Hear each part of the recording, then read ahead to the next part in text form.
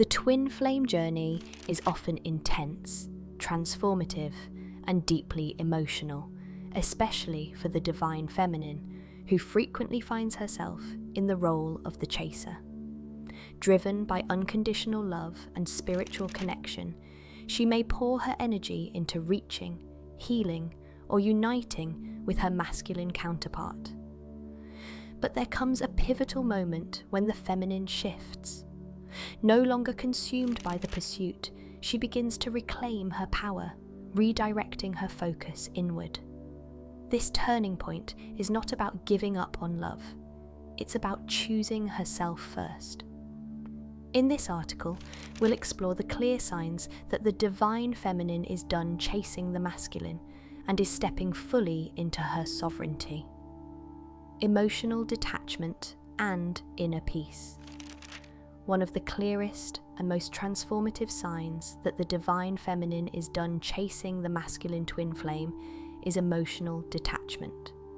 But this isn't the kind of detachment rooted in coldness, resentment, or giving up. It's born from deep healing, inner growth, and spiritual awakening.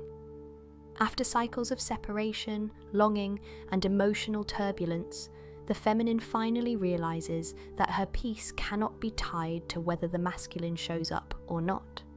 She no longer reacts with heartbreak to silence or inconsistency. His absence no longer creates panic or pain, and his presence is no longer required for her to feel complete. Instead of obsessing over the when or how of union, she begins to surrender control and trust the divine timing of the connection. In that surrender, she discovers something powerful: her center. This is the moment where longing is replaced with clarity. Instead of needing love to come from outside, she anchors into self-love, self-worth, and emotional sovereignty. Her joy becomes self-generated, and her identity is no longer wrapped around the role of chaser. She still loves the masculine, sometimes even more deeply, but now from a place of unconditional, non-attached love. It is no longer about fixing or convincing, but about allowing and accepting. In this peaceful detachment, the feminine begins to radiate a calm, magnetic energy. Her inner world stabilizes. Her emotions flow, but do not overwhelm. She's no longer chasing union with her twin flame. She's embodying union with herself. And in that shift, the dynamic often begins to rebalance, sometimes drawing the masculine back toward her naturally, not because of force or effort, but because of resonance. True emotional detachment is not indifference, it is freedom. And in that freedom, the feminine finally comes home to herself. Redirection of energy towards self-growth. Once the divine feminine stops chasing the masculine, her energy begins to shift, powerfully and purposefully, back toward herself. This redirection is not just a coping mechanism, it's a reclaiming of her life force. For so long, so much of her attention was focused on the connection, trying to understand it, heal it, maintain it, or make sense of the silence. But now she begins to realize that the greatest transformation lies not in union with her twin, but in union with her own soul. This is where the real magic happens. Rather than waiting for love to arrive or feeling stuck in the in-between, she begins investing her energy into her healing, passions, creativity, and purpose. She may pick up spiritual practices like meditation, journaling, energy work, or embodiment practices. Or she might dive into things that light her up, creating art, starting a business, studying something new, traveling, or simply reconnecting with joy. She starts asking, who am I outside of this connection? And what am I here to create? These questions open doors to new timelines, ones where she is not just the divine counterpart, but the divine creator of her own destiny. This redirection of energy marks the birth of her sovereign self. She no longer feels depleted by giving and waiting. Instead, she feels inspired by growth, expansion, and the power of being fully present in her own life. The twin flame connection may still hold significance, but it no longer holds her back. If anything, it becomes the catalyst that launched her into a higher version of herself. Ironically, it's in this space where she stops searching outside and starts nurturing within, that the energy between the twins begins to shift.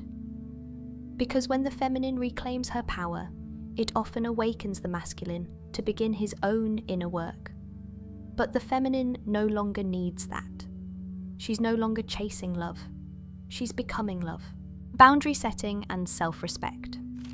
One of the most profound shifts on the twin flame journey occurs when the divine feminine awakens to her own worth, not in theory, but in embodied action.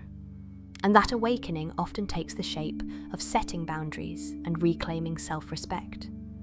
What once felt like love, chasing, waiting, overgiving, now feels like self-abandonment, and she simply cannot participate in it anymore.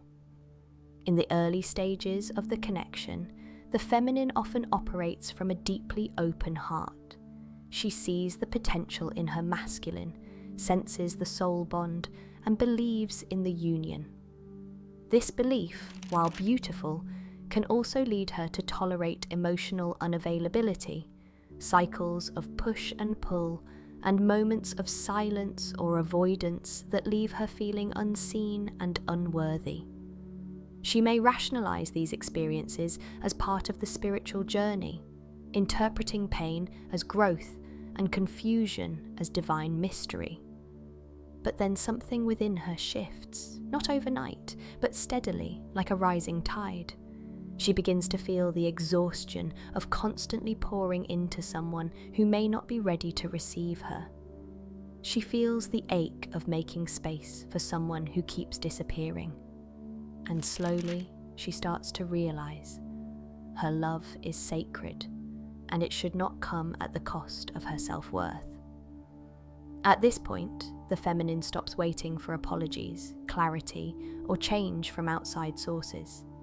Instead, she turns inward and begins to honor herself, not just with words, but with aligned choices. She stops engaging in patterns that leave her drained. She doesn't chase clarity, she becomes it. She doesn't demand respect, she embodies it. This is where boundaries become her medicine. Boundaries are not walls, they are bridges to self-love. They are the standards she holds, not to punish the masculine, but to protect her own energy. She no longer tolerates the bare minimum or inconsistent effort. She no longer accepts promises without action or connection without commitment.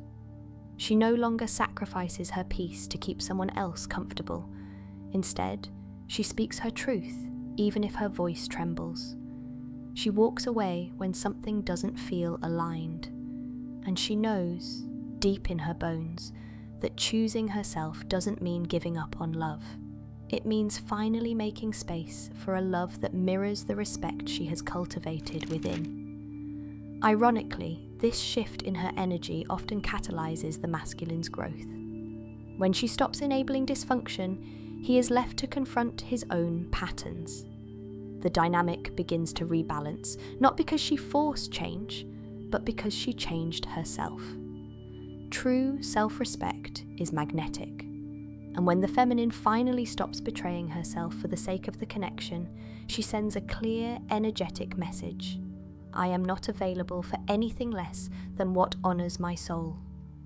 In that moment, she is no longer just the divine counterpart. She is the embodied goddess of her own life, and that is where the real union begins, with herself. Energetic rebalance and role reversal. When the divine feminine stops chasing the masculine, an energetic recalibration begins to unfold, subtle at first, then unmistakable. For so long, she may have been the emotional anchor, the initiator, the mirror, and the one holding the space for the connection. Her heart led with compassion, intuition, and a deep inner knowing of the soul bond. But this overextension often created a dynamic where she gave more than she received, energetically, emotionally, spiritually. When she finally pulls back, not from anger or revenge, but from deep alignment with herself, the entire connection starts to shift. Her retreat creates a void, an energetic space that the masculine can no longer ignore. The silence she once feared now becomes her sanctuary. And ironically, it is often that very silence that calls the masculine into his awakening. In spiritual terms, this moment is a role reversal. The feminine, once the chaser, surrenders her role and anchors into divine stillness. She no longer reaches out, initiates, or carries the weight of the union on her shoulders. Her energy becomes sovereign, grounded, and magnetic, not from trying to attract, but from simply being. This withdrawal isn't a tactic, it's an energetic truth. She has healed enough to know that love cannot bloom in imbalance. She no longer participates in dynamics that drain her, and she doesn't try to rescue or guide the masculine. She trusts that if he is her true twin, he will rise, not because she pushed, but because her evolution demands his. This is when the masculine often begins to feel the void deeply. He may not understand it at first, but he senses the shift. The feminine's energy, once freely available, is no longer within easy reach. She's no longer emotionally chasing him in the 3D, or even energetically tethered in the 5D. And that absence often becomes the catalyst for his inner transformation. He may begin to reflect on his choices, confront his wounds, or feel drawn towards the connection in ways he never allowed himself before. This reversal is not about switching roles in a game of power. It's about balance being restored. The feminine is no longer overgiving, and the masculine can no longer hide from his growth. Both are now being called into alignment, equally, but differently. And whether or not the physical union happens soon, or ever, the most important union is already in motion. The feminine is now in union with herself. And because of that, the masculine is finally given the space and the invitation to rise into his own divine essence. In the end, this energetic rebalance is not about who chases and who retreats. It's about two souls evolving into wholeness, separately, so they may one day unite consciously, powerfully, and without fear.